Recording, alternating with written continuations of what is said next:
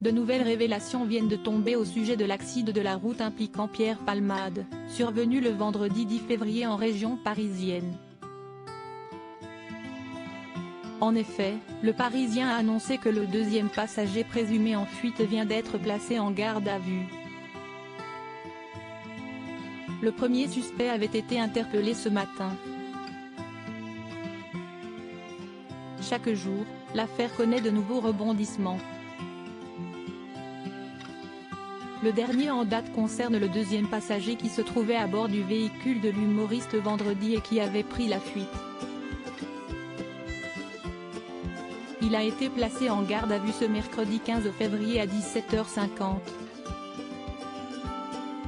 Il s'est lui-même présenté au service de police, comme annoncé par son avocat, et il serait entendu à l'hôtel de police de Melun, comme le premier suspect.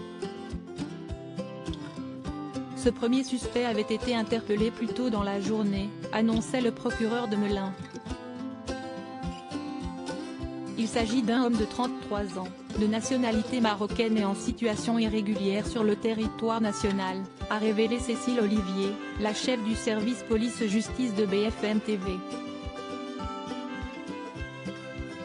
Ce qui peut expliquer pourquoi il a pris la fuite, a-t-elle ajouté, avant de préciser qu'il risque d'être suivi pour non-assistance à personne en danger, ce qui est passible de 5 ans de prison. Elle a également révélé comment il a été retrouvé par la police. Dans l'après-midi qui a précédé l'accident, vers midi, il était allé acheter des seringues dans une pharmacie. Il avait payé avec sa carte bleue et c'est comme cela que les policiers sont remontés jusqu'à lui.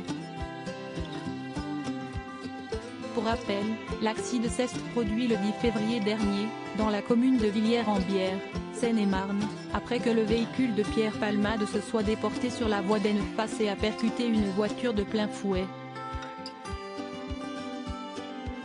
Celle-ci était conduite par un homme de 40 ans qui, aux dernières nouvelles, a subi plusieurs opérations et est toujours en service de réanimation, tout comme son fils de 6 ans qui était à l'arrière et serait défiguré. Il aurait la mâchoire fracturée, d'après l'avocat des victimes Mourad Batik, qui s'est exprimé mardi lors d'une conférence de presse.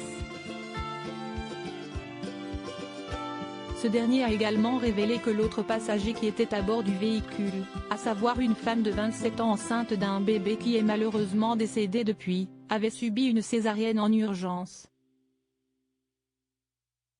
Mais le bébé n'aura finalement pas survécu à cette opération. En revanche, il serait né vivant, ce qui s'avère être un point décisif dans l'enquête, car si cette information est confirmée, Pierre Palmade pourrait être poursuivi pour homicide involontaire. Celui qui était sous l'emprise de cocaïne au moment des faits, encourt jusqu'à 10 ans de prison. Pour le moment, il est en garde à vue, à l'hôpital de Melun, comme l'a révélé BFM TV ce mercredi.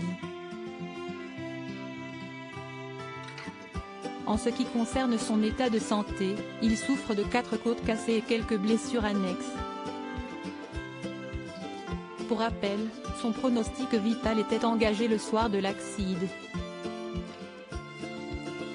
Mais il va mieux depuis, et a tenu à s'excuser auprès de la famille concernée par l'accident, comme l'a révélé sa sœur. « Je n'accepte pas ces excuses », a déclaré dans la foulée une proche des victimes.